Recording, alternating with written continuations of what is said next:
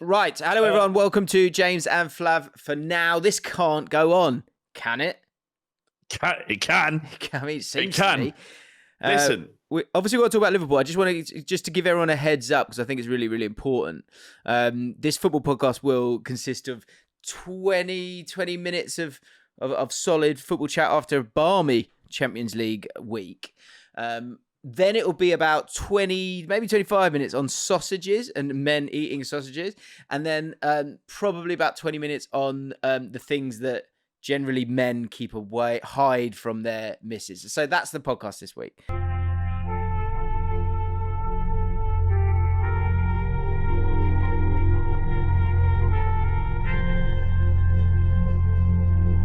Hopefully that's hiding things from your missus.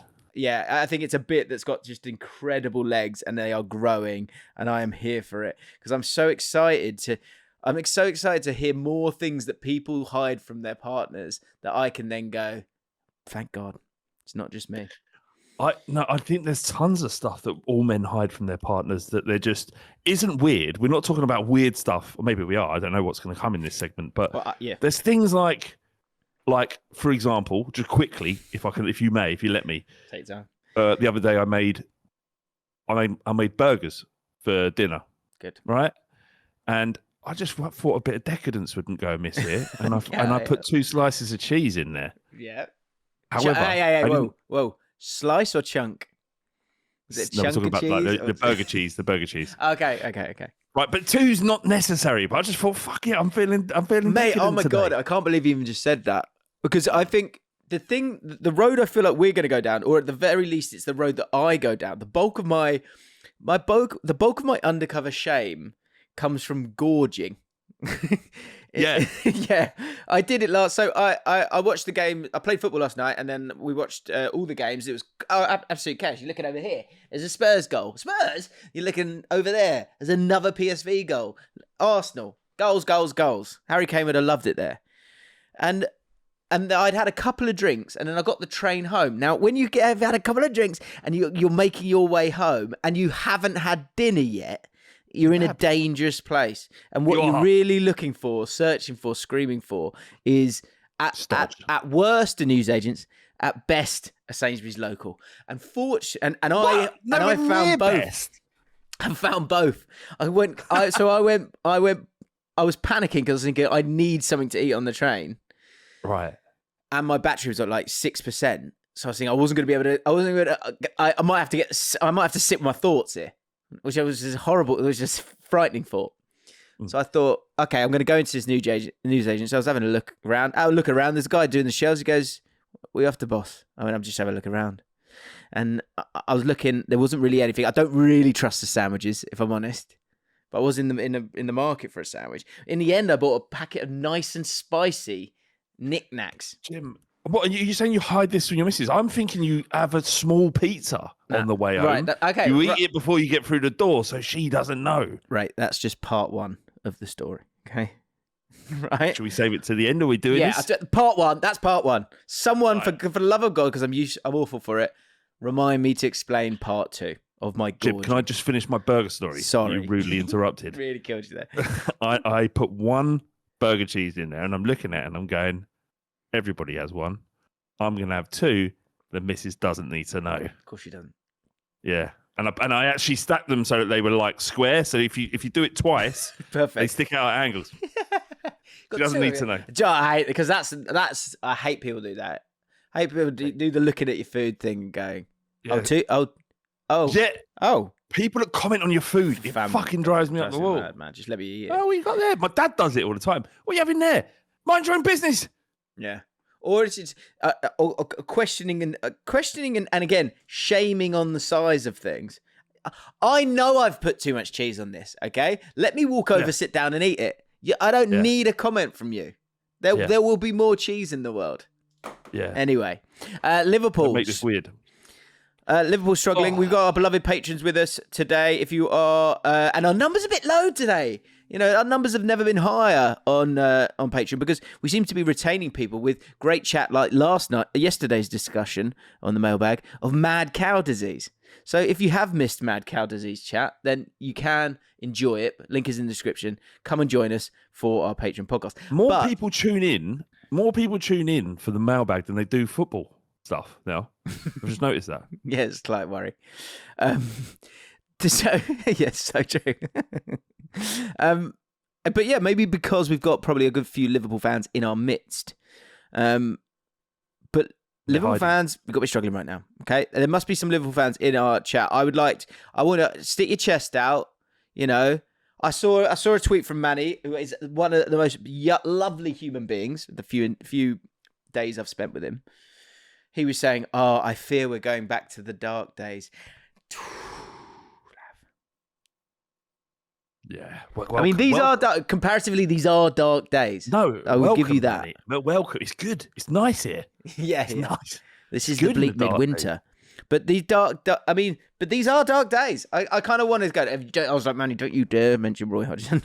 Don't you dare do that to me. Winning's for tossers, really. So So okay. I'm not saying this. Is not me saying this. This is Luke Stoko Pops has been through the mill and he's on the way out. He's been through. Is it the thick or the thin? I can't remember.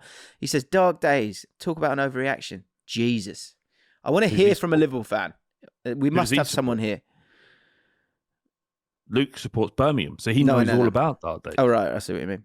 So Liverpool fans, give us your summary on it. So Flav, 7 defeats in 8. Is it 9 in 12? Yeah, it's not good. Not good. Sort of Real Madrid in the middle of that, which was a good result. Anyone can get kind of beat by Man City on their day. Other than that, there's some really horrible results and porous. I would use the word porous. And this is coming from a Spurs fan who knows all about porousness. Well, yes. This is awkward. And the thing is, as a president, you say, well, we've talking about this on this podcast, James, about you can't sack your manager after he's won the Champions League. You just can't. That or a 9-0 defeat. However, there is a precedent of managers losing their job after winning the Premier League title. Several, in fact. Yeah. Conte did it. Can we name Claudio Ranieri? Ranieri at Leicester. Is there any others? Yeah. Probably Mourinho. Maybe he's not. Yet, but it has been done. Third season. That is the point you're making. Third season. I mean, after winning it is fine, but winning it in your first season, it's a different thing altogether. So there's a couple of questions, James. Is like, what is actually going wrong? Now, Curtis Jones went on record saying that you can feel there's something not right. People aren't covering the ground. We're not doing the basics correct, which is worrying. Because why aren't you doing the basics correct? The outlier here, though, is the massive investment in this squad, which is a part of the problem because it creates a narrative that has to be discussed. So this narrative is that £400 million has been spent. They had Ekitike in, who looks a good player, really good player, and they had to buy Isak, it seems, because what they should have done is buy a centre-back, buy Mark Gay, as they tried. But I felt like there was this sort of, because of how Isak behaved in the summer, there was definitely some discussion between Liverpool and Isak and saying, look, if you do... no, not definitely. This is my assumption. I don't know if this is true, but this all sort of adds up in my head. Okay. That Liverpool had, in some fashion, instructed Isak to engineer a move away from Newcastle, or they said, look, if you are available, we will buy you. Whatever, something happened. Some discussion between Isak and Liverpool. Bit of that going on. Yeah, it happened. So it got to the point where at the start of the season, you're like, we don't even need him, but he is great. We should buy him. And suddenly the squad... He's that second slice of burger cheese, isn't he? Yeah. That's what's happened here. And it added nothing, mate. That second slice of burger cheese really didn't Let's be honest. Let's go back to that. Did it add anything? Not really. No. It just made it a little bit more stodgy and overbearingly cheesy. Yeah. And I think, but before you're like ravenous for it, but afterwards you just feel quite shameful about it. Yeah, because the first slice done the job. Ekitike was doing the job. Yeah. And that perhaps they didn't need him. So it begs the question: is how many more games can he lose, Jim? Without and they would be forced to be sacked. And I've got an answer, but what do you think? Okay. Well, this is what I do love is that this is where art meets reality. We are making art, Flav, just in case you're wondering, and we've been doing this for years. How many games? It's the best game we've ever come up with. It's the best and most consistent game we've had, and I mean, this is wild. Do you know what cause you know me, I like to look at the different sides of it. One thing I'm always just find amazing is this. Everyone knows the answers and the hindsight of what's right and what's wrong. Yeah, I just wish we could live in a, AI could get to a point where I could go, can I just show you this when you said that? Can I just show you this when we're doing it? Can I just show you this when you're going, this is unreal. Everyone's great. And the reason I bring that up is because like that squad, like the quality, I'm looking at that on that pitch. There's so much quality on that pitch. This is not that Roy Hodgson era when you've got David and Gog up front. This isn't that. So from that point of view, I go, can that be all on Arne Slot? Like that seems ridiculous to me. Like poor is one thing, but this level of inability to win games, as much as like Arne Slot is and someone said that like, because Arne Slot is the one that is disposable, he's the one that can go to change it. Because everyone's just going it just needs to change, just do something. And I get that feeling, and he is the one thing that can move. But in terms of blame, I think he deserves a portion of it for sure. And I'll come back to that. But the signings that absolutely everyone on this planet was raving about, though that plan, that idea of what you're doing there, that is not working. Because the Slot is again and again and again, as obviously a very smart man, like all these managers are, is unable to find like a fix for it. And then on the other side of it, underneath Arne Slot, you've got some unbelievable players there who are not coping with the situation, right? That coming back to Slot for a second, the one thing I would put to Slot is I think in this level of adversity that they're in right now, I think Klopp would be able, on an emotional level, I think would be able to get something.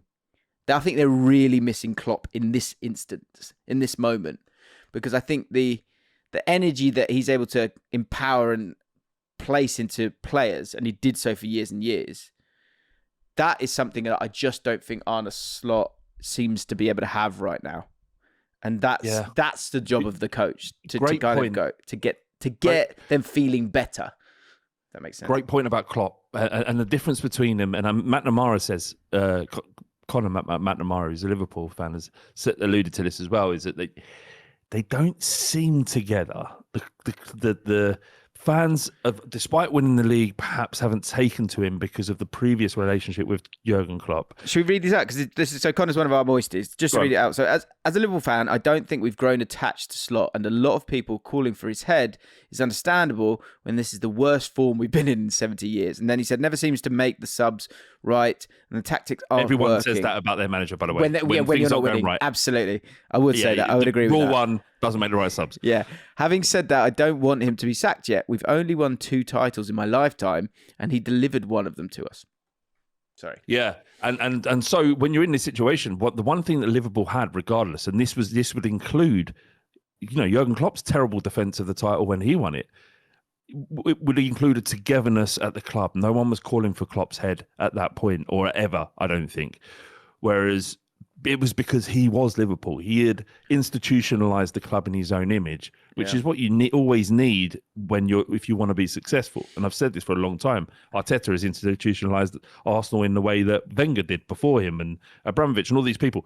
So Klopp was that guy, and you felt like even in a fallow year, which they had, there was something to get behind. Where this guy's new, he's less enigmatic. Yeah, that side of it I think is so interesting, right? Because I was listening, watching a few bits. Always go to Redman TV, want to hear what they've got to say, and I think again, and it actually wasn't him as a reporter who said this in another video, but he was talking about, I look over at Arne Slot and he looks defeated. I find that mental. Like, what do you want? Like, if he's screaming like a madman, you'd be going, he's lost it. He's lost his cool. He's got the composure. But if he stands there when you're getting beat 4-1, which is obviously not good, and he looks defeated. Well, he's 4-1 down. Like, he is defeated. He's defeated. Like that sort of it's not. It's kind of character input on someone. That's coming from the people themselves, I think. And you're just looking for, like, what can we change? Okay, let's change Arne Slot. He doesn't become a mad manager overnight, but maybe the situation's different here. That's the thing for me. Yeah, and as a fan of a completely different football club who wasn't watching any of the other games, who wasn't aware of the scores, when I heard PSV 4, Liverpool 1, I was like, wow. Really? That was a shocking result, regardless of what's happened. Yeah. You know, one disallowed as well. It was bad. It was. I mean, I was watching all kind of 3 games at the same time. James, answer this question. How many games? I didn't answer it, did I? Well, I think the answer. Let me see if you can agree with this. West Ham away. yeah. Not nice. Not nice. But okay, right. Say any other football team, and that's nice. Give me a nice one. Right. Spurs. It'd be fine for Liverpool. And Sunderland. Ugh. And I tell you why. Those two are disgusting. It's because of the optics. It's the way they look. Well, Liverpool fans and the rest of the Premier League expect Liverpool to beat those two teams. The reality is that football in the Premier League isn't really like that anymore, and there are no gimmies. Certainly not Sunderland. Yeah, really good point. Because I'll show you the people. You can see it as well because I'm sharing the stream with you. Like, if you look, so you're right. So I think you can say any football team. Like, yes, because if you go Bournemouth, you go, Bournemouth. That's we don't want to be playing Bournemouth now. Ooh, Palace are 5th. You don't want to be playing Palace. Like, but West Ham, like generally in terms of nice games, West Ham is actually. Well, this is what's misleading about West Ham and Sunderland. West Ham and you're right. There's West Ham have unbeaten in 3, won 2 of the last 3. Sunderland have only lost. They were poor in the last game against Fulham, but like they've only lost 1 of the last 5. So you absolutely have to beat them, but it's not going to be as easy as you think. Because I think West Ham will be about breaking them down, won't it? Right? What did you say? Sorry. So West Ham will be about breaking them down.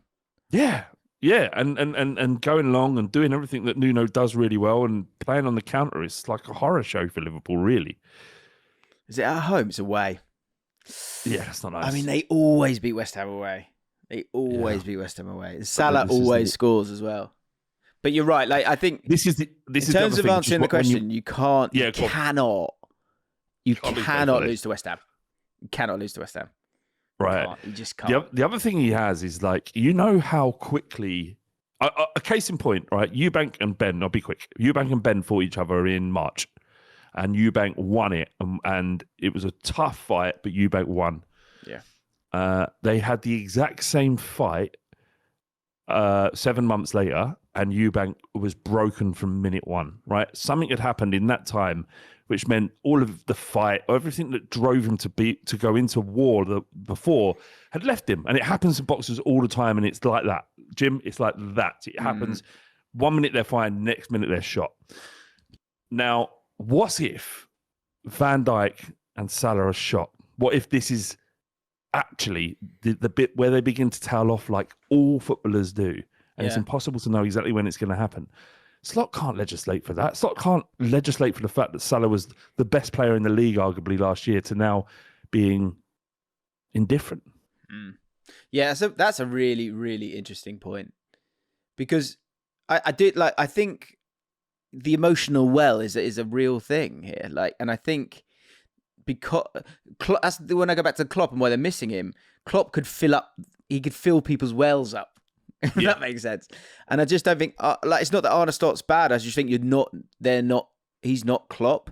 And for Van Dijk and Salah, it's a really good point because I guess the mix of Klopp had gone, but they were in that year of of getting a new contract or not. So you can find new fibers that you need from that, and then Liverpool go on this incredible run, and there's such excitement to go, oh my God, I'm 32, and we could get that title at Anfield, because that's important to remember as well. Is not being able to really, really celebrate with your people is tough. So when you get over the end of that, to find that it's just going to be slightly desensitized, isn't it? Or probably quite heavily desensitized.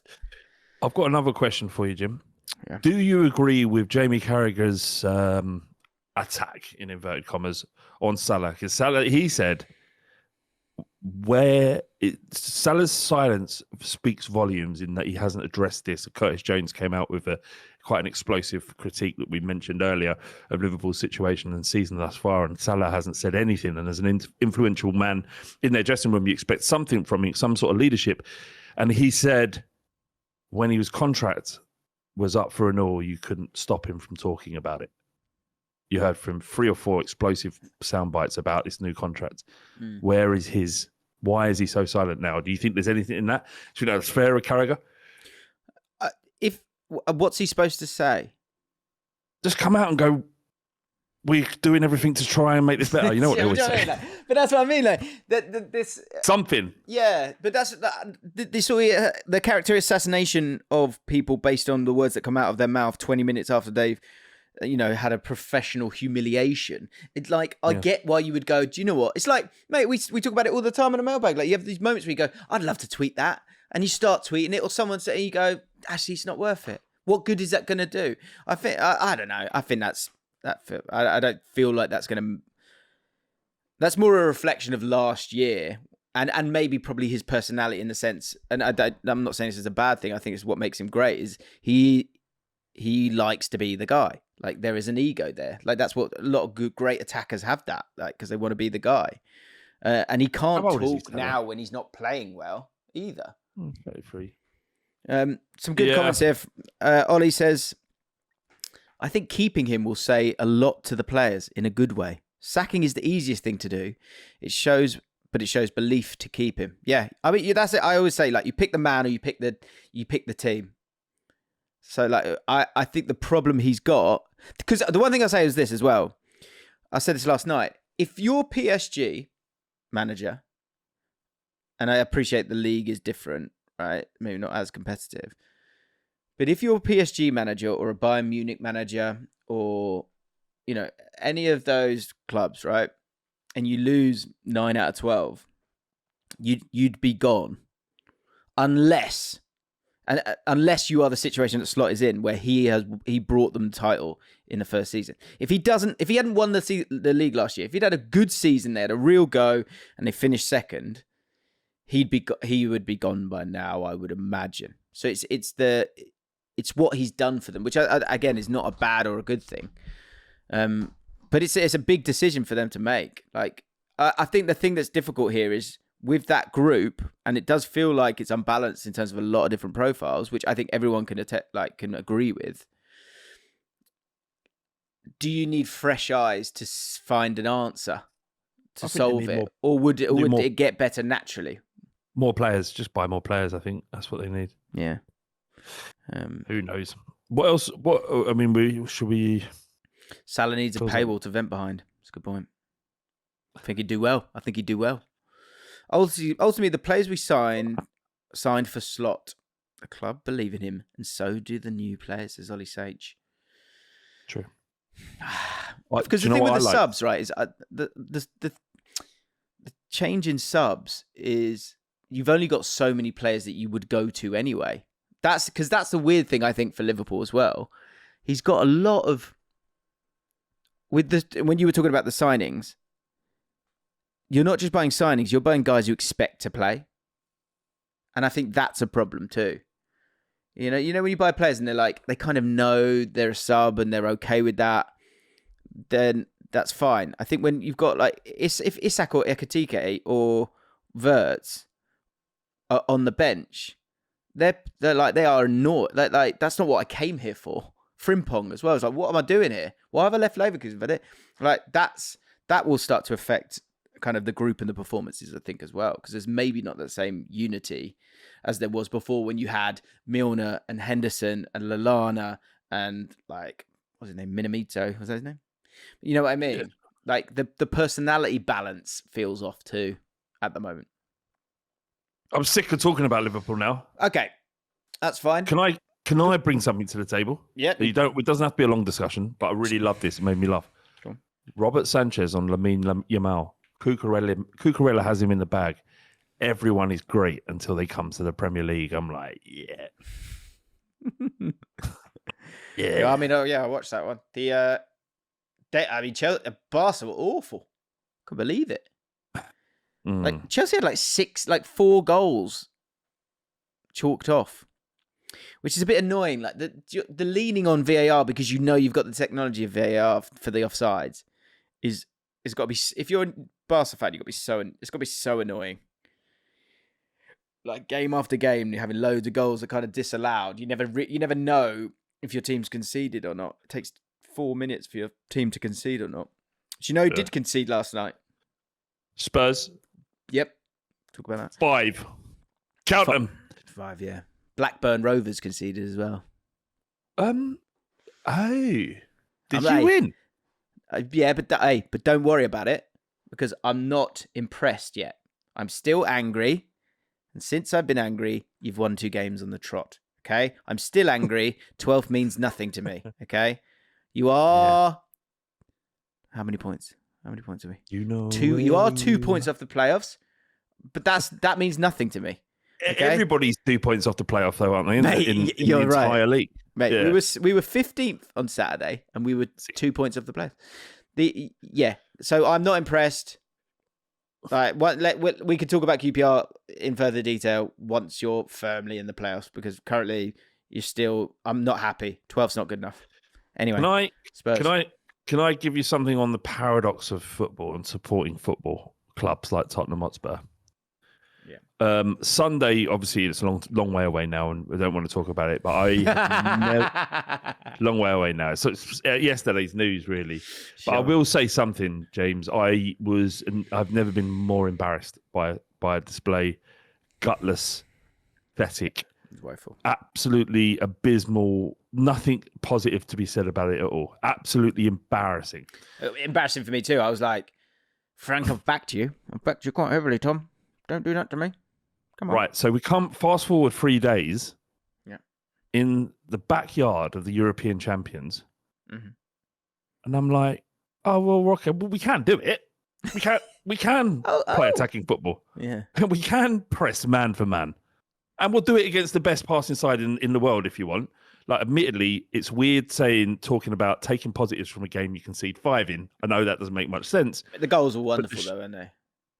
Yeah, the shift from... Yeah, there's not much you can do. There's a penalty. Vitinha is just... The fact that he played for Wolves 3 years ago is just bizarre to me. I think, honestly, if you... Imagine you had Vitinha. Imagine any team has Vitinha. Oh, we'd just make changes you, absolutely transforms you. We'd turn him into a 6 out of 10 player, just like that. Oh, we'd crush him. Don't worry about that. Yeah, we'd crush him. I think we could genuinely crush any manager out there. It isn't a man that would survive the Tottenham job with any top reputation intact. But it was like, we went man for man. Everywhere where their player goes, we had a player tracking him. And it was like, why aren't we doing this in the Premier League? Why aren't we, when we play Fulham at home, suffocate them?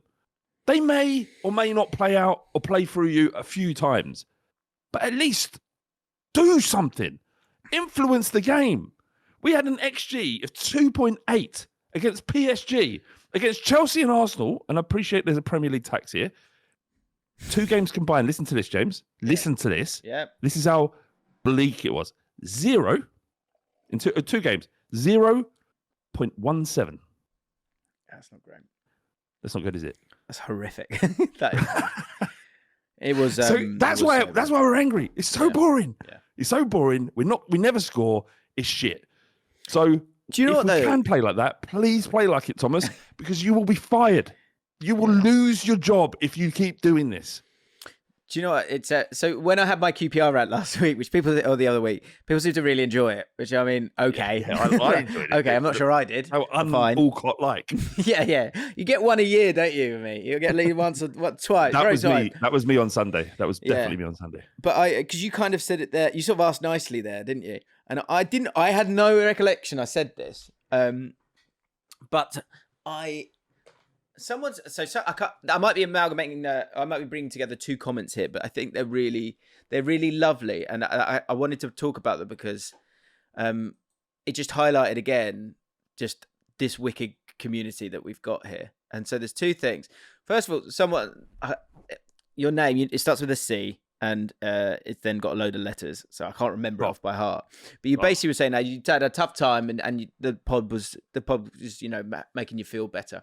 And the comments underneath, I get funny with stuff. The comments underneath were really, really, really amazing. And someone said because I'd had. I love it though. Like, fucking, we all feel like that. Cry, James, cry right now. Cry, cry. Go on. Yeah, I can put it at the start and then put the horns in.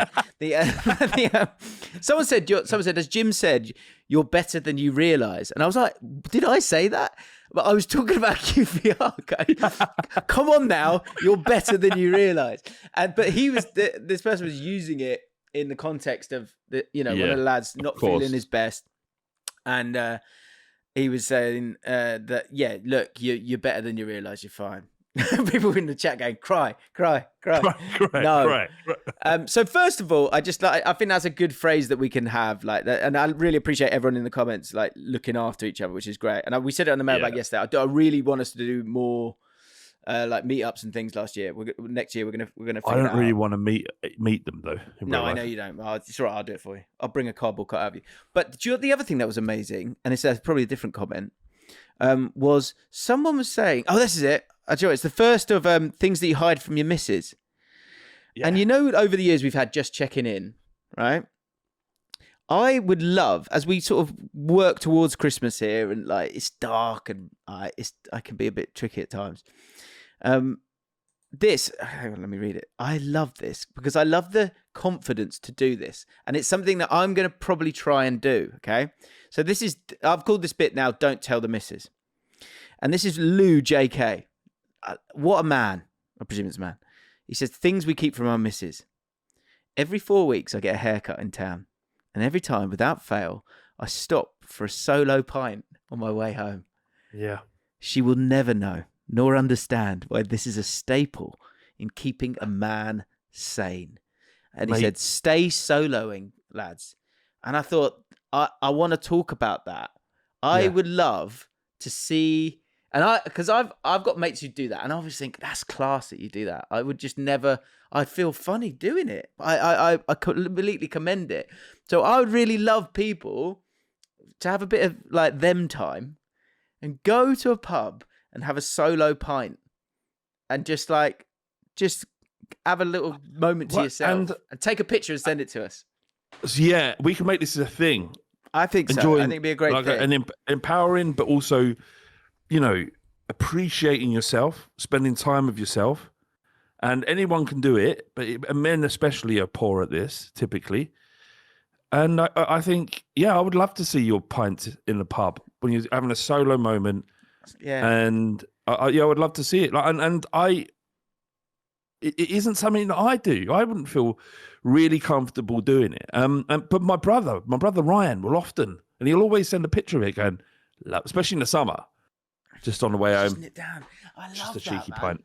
I love that. It's sort of like, because do you know the reason I thought about it? Again, part 2. Here we go. Back to part 2 of my gorge story, my gorge shame. I was thinking about it because I was on the way home and I didn't have any battery on my phone. So I had to just sit there, raw dog it, and wait 25 minutes for a train. And I was thinking, and it made me think about that because I'd done the running order yesterday. And I was thinking, to be able to just sit with yourself, I think that's class. I'd like to see people do it. Tell us about your other soloing as well. What else do you do soloing? Subtle things that you just do to yourself that I'd like to know what people are up to. So anyway, part 2 of my gorge shame. So I'd got the knickknacks from the newsagents, right? Because I wasn't sure if I was going to get another chance. And I'll keep walking, and I get to near the station, and there's a Sainsbury's local. And oh god, because the dream for me that I wanted, and this is where I'm gonna be vulnerable now, right? I do like 2 sandwiches. What? And often, you'll probably hate this. You mean a sandwich? And I'm very specific with this. I found this once where often I will look to trick my mind into thinking, oh, this is actually healthy. All right. I've just got a quick question quickly. I need to know this before you carry on. You mean a sandwich with 2 different flavors, but it's one sandwich? Or do you mean 4 slices of bread I'm eating 2 different whole sandwiches? That one. Yeah.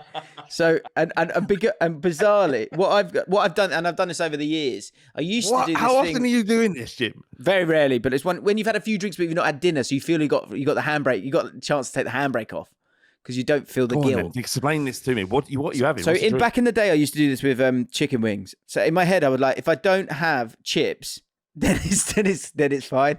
It's good for you. Yeah. Right. So the sort of newer version of this is a prawn mayo sandwich, and a cheese and onion sandwich. I'll have both. Yeah. They're not healthy sandwiches, though, are they? Cheese and onion as well, especially. Prawn is, that though. Is grot. Cheese and onion is grot, mate. No, but when you're a bit drunk, it's quite nice. I find. I would eat. I haven't thought about this in ages, Jim. The symbiosis here is incredible. I used to get a bus from Muswell Hill to Crouch End. I lived in Crouch End, and I would finish work at 7:00 on some days. And I'm starving. Like, we've had lunch at 1. I'm starving. My missus has cooked dinner at home, right?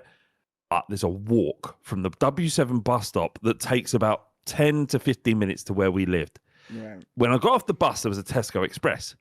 Inside the Tesco Express, they sold cheese and onion sandwiches and packets of salt and finger crisps.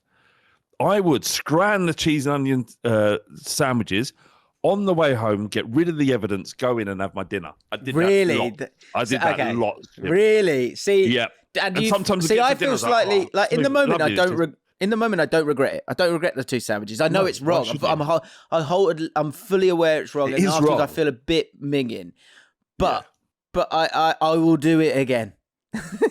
Do you feel the same? Like, because that is. Does that feel shameful to you? Yeah, did it feel shameful at the time? Well, why aren't I being open with it? Why aren't I coming home and telling the missus I've just eaten a sandwich? I would never have told her. I would never tell her. No. I would never tell her. I sometimes, if my missus is in, I won't have 3 slices of bread, 3 slices of toast with my beans on toast. Yeah, you told that a couple of weeks ago. Right. You'll have one on the side. You'll sort of munch one quickly on the way. Right? Yeah. I'll eat it so she can't see, or if she's coming down, I just won't put another one in the toaster. Why? As a log.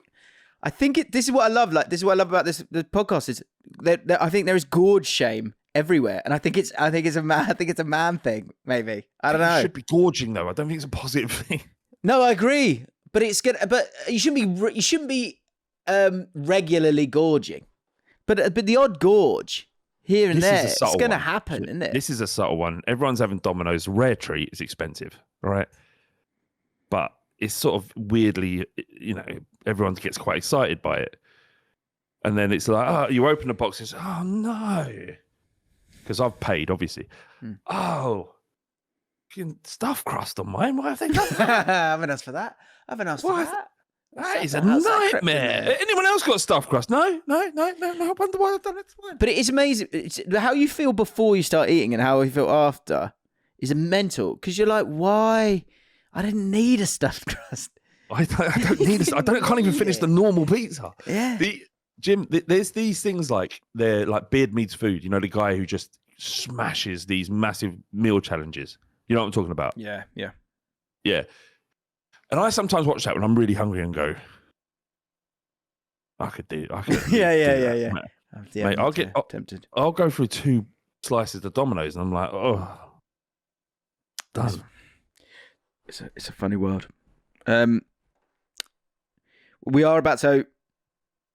We could still do. Don't tell the missus. I've got a few more great ones here. Yeah, go on, tell us. But we also love this as an idea. Okay, because we also have we have a sausage attempt. From before we do this, Michael. Have you got some of the quotes from last week. Yes. Around the sausage chat. Oh, you have got them. I do. Okay. So we'll do. Don't tell the missus first. So have you got any things that you hide from the missus? Let us know. Jack Kenny says, I didn't realise hiding food consumption from the missus was so widespread. My missus can never understand how she eats more at conventional meal times than me. I'm a fair bit bigger than her, in brackets, he says. It tends to come up as a note of conversation every couple of months. We tend to land on her metabolism being higher than mine. Little does she know she's living with a truffle pig who's always hunting out the next meal opportunity. I think that is this. That's the thing. It needs to be out of sight. Mike in Malibu says, something I hide from my missus. Every now and then, my wife are watching the TV in the evening. Oh, this is mental. I forgot about this. Okay. Every now and then, when my wife and I are watching TV in the evening, I find myself needing a piss. The toilet is upstairs, and I simply cannot be bothered to walk all the way up the bloody stairs again. Now, I'll preface this by stating that our kitchen sits adjacent to our living room, with a high breakfast bar between the view of the kitchen and the sofa. I'll walk around the bar, turn on the water at the sink, and pretend to wash a dish, whilst my wife looks over at her husband with the satisfaction that he's been responsible partner and helping with the chores. Little does she know I'm full knob out on my tippy toes, pissing in the sink, using the hot water to cover my tracks. I do follow. He's not. I do follow up. An animal. He's not an animal. I do follow up with a little spray of antibacterial after. I'm not an animal. That is awful. Can't I don't understand why you'd go to that length. Do you know? Look, I'm not saying I do this. I definitely don't do this. But pissing in the sink is quite common. No. Pissing in the sink, through conversations I've had with many men through the years, it's relatively common. Even when there's a toilet in the room. I think they like the idea of just flopping the cock on the side of the sink and just letting go. I think that's something on that. I think. So I've been told. In my halls, you had a sink but not a toilet, and I'd wee in that all the time. There you go. There we go. Now we're being honest. Yeah, that's good. My brother, he lived in a shared house at university, and the toilet was all the way downstairs. And he lived on the top floor, so he had to go down 3 flights of stairs at 3 o'clock in the morning. Wasn't ideal. So he fashioned a pipe that ran all the way down the banister and down into downstairs toilet, put a funnel on the end of the pipe and would piss into the funnel, and the piss would travel all the way down the pipe and into the toilet, so he didn't have to go down at 3 o'clock in the morning. That's fucking brilliant. Yeah. Do you know what's frightening? Ollie Sage said just before you started speaking there, didn't your brothers invent a way to piss if you were on the top floor, Fav? How do you remember this Ollie shit, Sage, mastermind. He knows it all. He knows us better than we know ourselves. Mr. Greek says, hiding my consumption of rusk biscuits from the wife. We don't have kids. Louis Scott, something that's impossible to explain that I hide from the missus is that I'm a professional wrestling fan. It's been much easier to hide that for the last decade than try and explain it to my loved ones. Mad. Yeah, I've got a couple of mates who are really open about their love of wrestling to their wives and everything, and they're holding down proper relationships. So, new bit. I think it's a good bit. It's called Back, Sack, or Crack. This is from Matt Bradbury. Thank you, Matt. I think there's room for a weekly manager segment where you decided if someone needs to be trusted in the next window, whether they've got to go or whether the cracks are starting to show, but they need more time. And so it can be called on a slot, Back, Sack, or Crack. Very good. That is great. So do you want to back him, trust him in the next window? Sack, he's got to go. Or is it just cracks? It's just cracks, is it? Yeah. Or no, so it's starting to show, but he needs more time. I mean, well, you're running out of time when it comes to the transfer window. I don't think many managers. It's hard to say this until you, like Arteta's been able to to ascend to this level. Klopp was able to do it. Pep immediately does it because he's Pep. But certain managers, you start as a manager and then you become someone who can be part of all of those decisions. And although Arne Slot's got that title, I don't think he's at that level yet. So I don't think it should be about trusting him in the window. I think you should have an overarching thought of where that team should be going anyway. Adding more players is going to be tricky stuff. I love Semenyo, love him, but with the situation that's going on there, I do wince a little bit at a player who's been great for Bournemouth going to Liverpool and having to be the saviour. He is good though. He is a good player, but that feels like a risk. Don't ruin him like you're ruining everybody else. Should they spend more money? Surely you've got enough to be better than they are. They should definitely bring in Mark Gay. They should definitely bring in a centre back for sure. Canate looks like a disaster zone. Mate, he's got. I looked on FB Ref this morning about how many individual errors are coming from Liverpool, and from their back line is about 13 shots coming from individual errors, which is quite high. Is very high. Canate's got 5 of them. The next worst is 2, I think. He's really struggling. Doesn't mean he's a bad player, but he is really struggling at the moment. Jim Big Laugh Award. Finn Gardner says, weirdly, this is the one podcast the missus doesn't mind me putting on while she's in the room. She says, yeah, I don't mind watching the little man and his friend. But I appreciate the respect from Finn there, saying the little man. He's put brackets James, just in case you weren't sure, and friend, brackets Flam. And a quick nickname, because we've had some nicknames been dropped in. If you've got a funny nickname, let it know. This made me giggle. Jack Ellis, I'm going to my mate's 30th this month. He's called Toast and has been since primary school, when one morning he asked for a piece of toast. Great. Very good. Okay, let's keep it Cumberland, shall we, with our 12 in 12. Did you ever see that the Australian radio show where they come up with the greatest nicknames that people have had, and there was a geezer with a limp, and his head would move suddenly. They call him the Sniper's Nightmare. Walk like that. That's class. Yeah, so look, we've had a couple of weeks off of the podcast that I was away, and I'm a bit confused. Maybe the guys in the chat can remind me, because basically we had Daniel, who smashed back. I can't remember how many he smashed back in 4 minutes, 24 or something like that. He was pretty quick, wasn't he? Remember the lad the other week? Yeah. Anyway, what it's become is a 12 sausage challenge. Now I can't remember how, because it was a few years ago. I can't remember how fast you can eat it. Yeah. Anyway, we're going to show you Mad Mike 222. Go subscribe to him. His 12 sausage challenge. But before that, I told my dad about this, and my stepmom, both of them well into their 70s, right. About this sausage challenge. And my stepmom said, 12 sausages in 12 minutes, easy. And I went, how fast could you do it? She went, under 5. And I was like, well, come on then, Valerie. Oh yeah, let's get the camera out. Let's see it. She goes, I don't like Cumberland sausages. That's the thing. I said, well, you've got to keep it Cumberland. Yeah, we must. Dan Palmer says, I literally laughed out loud on the sofa watching the fella eat the sausages with my headphones in, and my girlfriend asked me, what was that funny, brackets, more of an inward chuckle. Oh, sorry. What was so funny? Because apparently Dan is more of an inward chuckle bloke normally than an outward laugh guy, so it caught her attention. Right. He said, it's just this football podcast, to which she reasonably replied, what's that funny about football? Come on, what happened? My brain instantly scrambled to try and think of something that was actually about football that would make me laugh like that. I obviously couldn't, so I just admitted, okay, so it's kind of a football podcast, but they spend a lot of time talking about other things.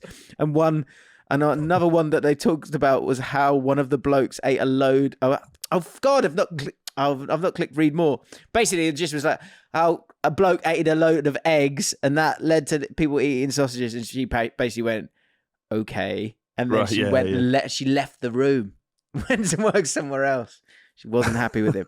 Sorry, I've screenshotted it and I've not clicked the read more after I read it, but it was good. Dan Palmer, Barry McBarrison. There are many men with many opinions, is a comment on the comment section. There are many men with many opinions on the ability to eat sausages whilst remaining sausageless themselves. Heavy is the belly that eats the sausage. Congrats, Danny B. Breakout star of the season. Because I did see some people going, oh, there you go, Dan Coates. He said, I did attempt the 12 Cumberlands, merely to reclaim some self-respect after being called embarrassing 2 pods in a row. And it took 7 minutes 46. Oh, you redid it? No, it's a different... different time. I don't see how 3 minutes is possible, but by God, I'd love to be proved wrong. And Freddie Findlow said, can I use custard as a condiment? And then put a time code. I clicked on it. You'd said custard instead of mustard at one point. And so, because you remember you were saying there's options you could have, like you'll get more point. You in your mind somehow thought 2 people were going to do it at the same time and get the exact same time. And there would need to be some kind of differentiator, which would be if they'd used mustard or not. But you said custard. So is custard allowed to be used? No, that'd be stupid. Okay. Samuel Plank, and to make this fair and scientific, the size of the sausage really matters here, doesn't it always? This must be controlled. If the effort is made, the sausage must be procured from the same supermarket as the original test. Yeah. Tesco's I agree with that, but we'll be watching, right? If it's chipolata or Cumberland chipolata, then it'll be null and void. Okay. Well, this leads me perfectly to this week's challenger, Michael. Mad Mike 22. Now, this is a 13-minute video. I warn you now, but it is worth it. It is worth it. We're sitting here for 13 minutes and watch. No. Of course not. But we'll. I think there's moments when there's a minute section where you need to be able to hear what he's saying. Okay, so I'll let him introduce himself. Best luck, Mike. Yeah, of course. Just quickly though, it's just like be aware of what we're doing here. And sending a video that's 13 minutes long might be a bit of an issue, right? Eat the fucking sausages as quickly as possible, I think. Right. But I think, because with these kind of challenges, you just think, oh, right, it's really easy. Your people are saying they could do it in 3 minutes. They could do it easily. Like as that lad said, heavy is the belly that eats the sausages. Okay. And this video from Mike is incredibly revealing in several ways and will lead to us getting a few more weeks out of this. Okay, so I'll let him introduce himself. This is the 12 sausage challenge. Show the video. I have my. Oh, can you not hear it? It's on. It should be on. It's on this. On. Oh, sorry. Well, I paused the stream when we started, didn't I? Here we go. Got it. Yeah. There you go. Got it. Yes. Right, James and Flab, you asked for it.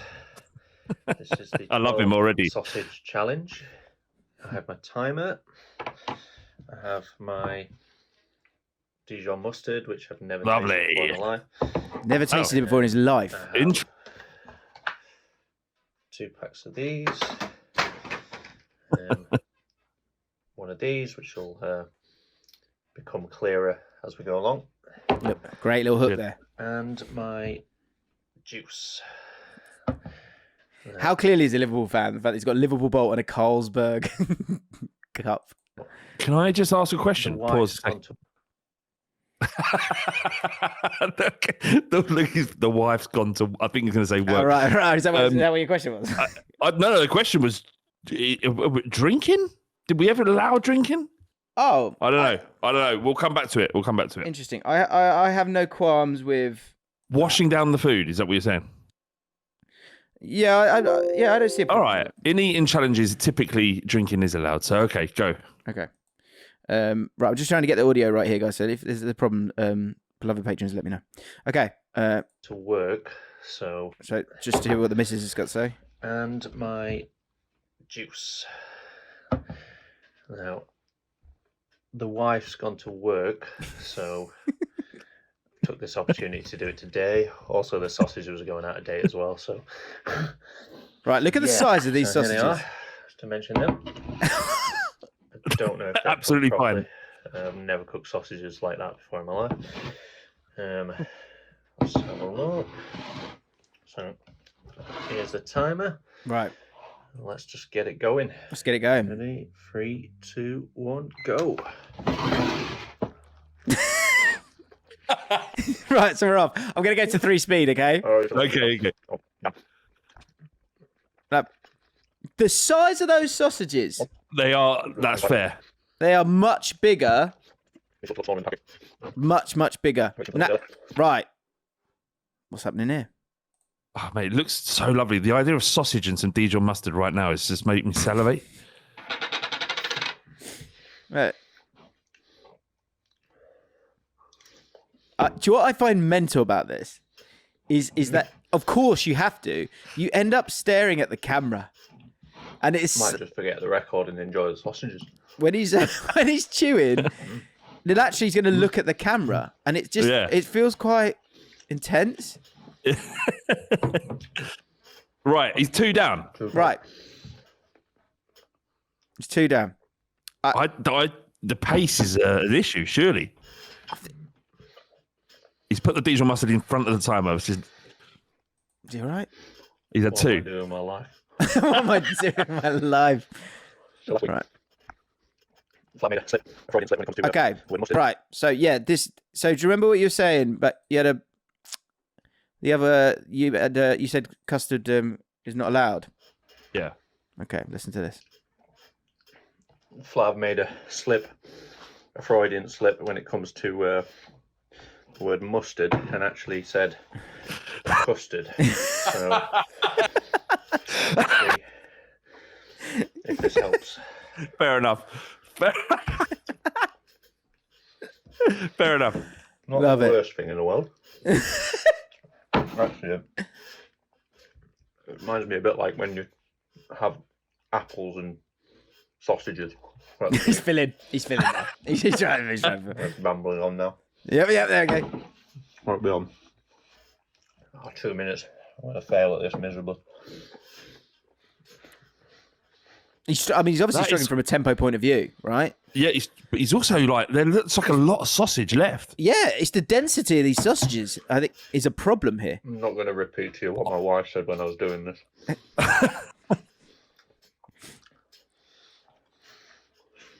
The breathing gets heavier as well. I'm going to go... He says something funny in a second, and I'm going to start to pace through. Right. Better pick the pace up, actually.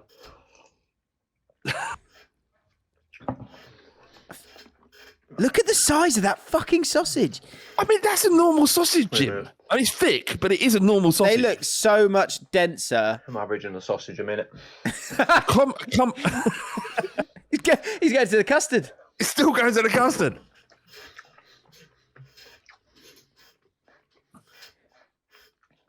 That's the moment that's hurting now. That they're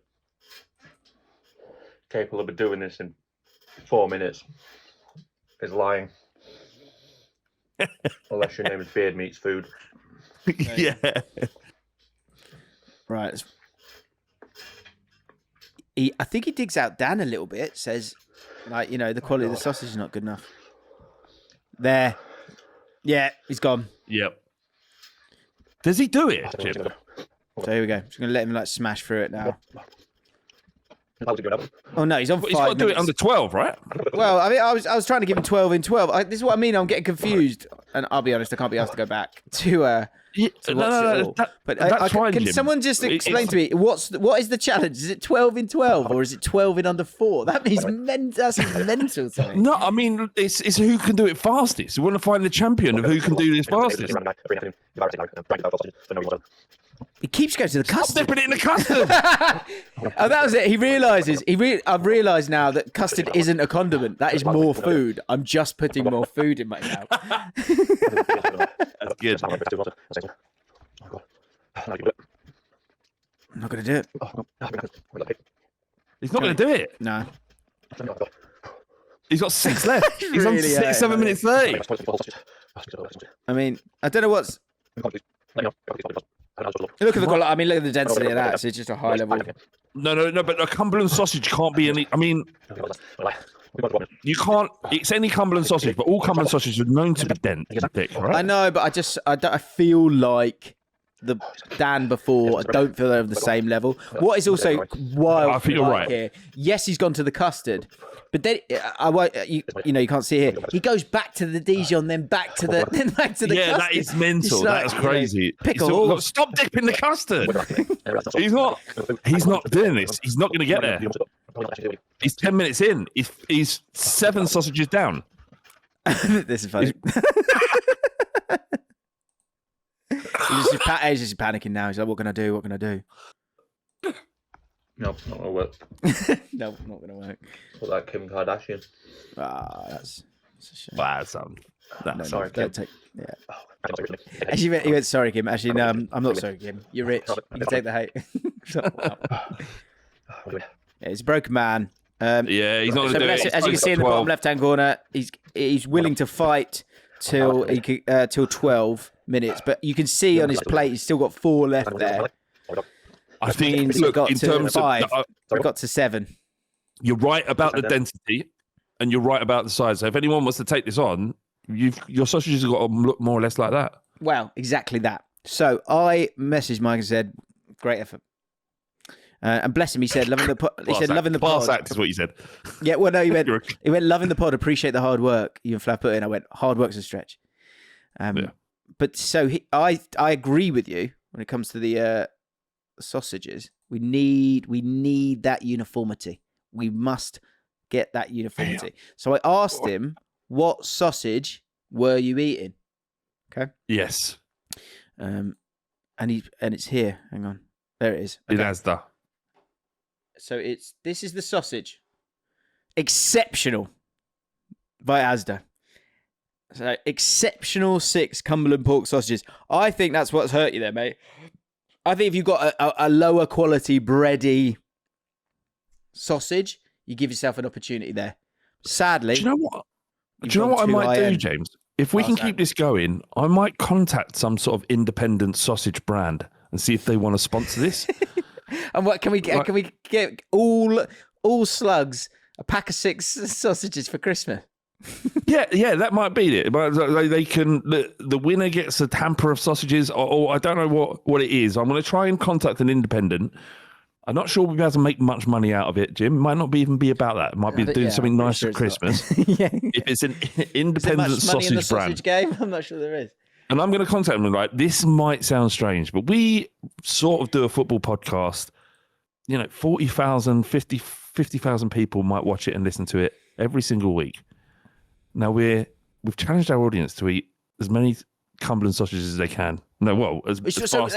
Let's just drill down. By the way, it's I think. Well, to start with, how fast can you eat 12? 12 and 12. But yeah, how fast can you get 12 done? Because somewhere we've got this idea in our heads that you can get 12 down you in 4 minutes. Now, Mike, with the quality of the exceptional Asda Cumberland pork sausages, other sausages are available, as we've seen.